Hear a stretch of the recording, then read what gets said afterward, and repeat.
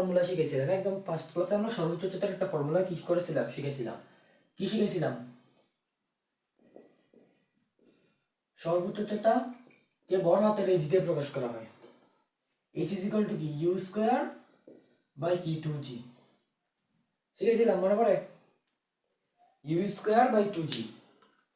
দেখো মনে পড়ে কিনা। একদম হচ্ছে কি সর্বোচ্চ উচ্চতা, ইউ হচ্ছে কি আদিবেগ এবং জি হচ্ছে কি অভিকর্ষ ত্বরণ। এখানে কোনটার ভ্যালু কি, কোনটার ভ্যালু কি? আমাদের ইউর মান কিন্তু প্রশ্নে দেওয়া আছে।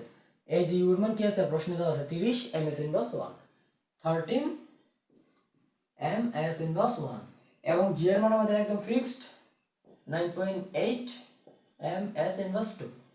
এককগুলো ঠিকঠাক ভাবে লিখতে হবে, ঠিক আছে? একক ভুল করলে ঝামেলা। এখন দেখো ইউর মান কত, 30, 30 তার আবার কি স্কোয়ার, তারপরে 2 ইন্টু জি কত 9.8, এটা ক্যালকুলেশন করো।